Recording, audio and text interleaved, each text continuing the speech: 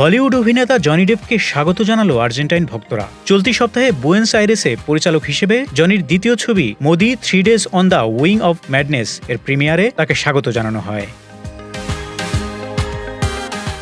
এ সময় ছবির জন্য অভিনেতাদের সাথে পোজ দিতে, হাসতে এবং ইভেন্টে অংশগ্রহণকারীদের দিকে হাত নাড়তে দেখা যায় ডেপকে। অনুষ্ঠান ভেন্যুতে জড়ো হয়েছিলেন শত শত উত্তেজিত ভক্ত, যারা জনির নাম উচ্চারণ করছিলেন এবং পাইরেটস অব দ্য ক্যারিবিয়ান তারকার প্রতিকৃতি ধরে রেখেছিলেন।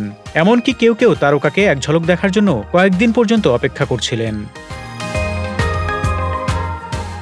একজন ভক্ত বলেন, আমি 2 দিন ধরে ঘুমাতে পারিনি, কারণ আমি সবকিছু প্রস্তুত করতে ব্যস্ত ছিলাম। আমি তাকে দেখেছি, আমি এটি ভিডিও করেছি এবং এখন আমি শান্তিতে ঘুমাতে পারি।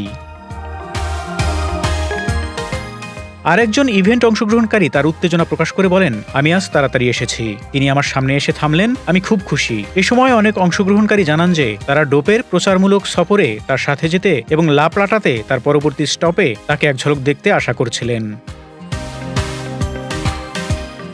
ডেপ 1997 সালে দ্য ব্রেভ সিনেমার মাধ্যমে পরিচালনায় আত্মপ্রকাশ করেন, যেখানে মার্লন ব্র্যান্ডো অভিনয় করেছিলেন। সিনেমাটি কান উৎসবে প্রিমিয়ার হয়েছিল, তবে আমেরিকান সমালোচকদের কাছ থেকে নেতিবাচক পর্যালোচনা পাওয়ার পর ডেপ এটিকে মার্কিন যুক্তরাষ্ট্রের প্রেক্ষাগৃহে মুক্তি দিতে অস্বীকৃতি জানান।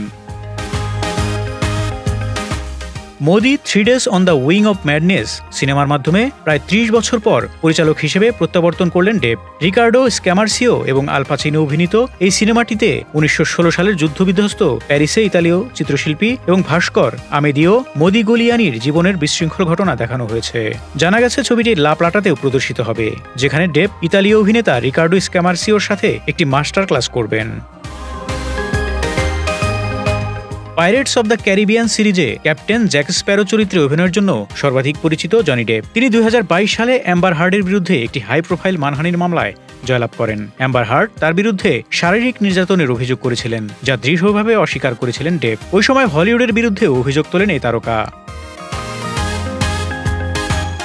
ফারুক শিমুল, ঢাকা এক্সপ্রেস।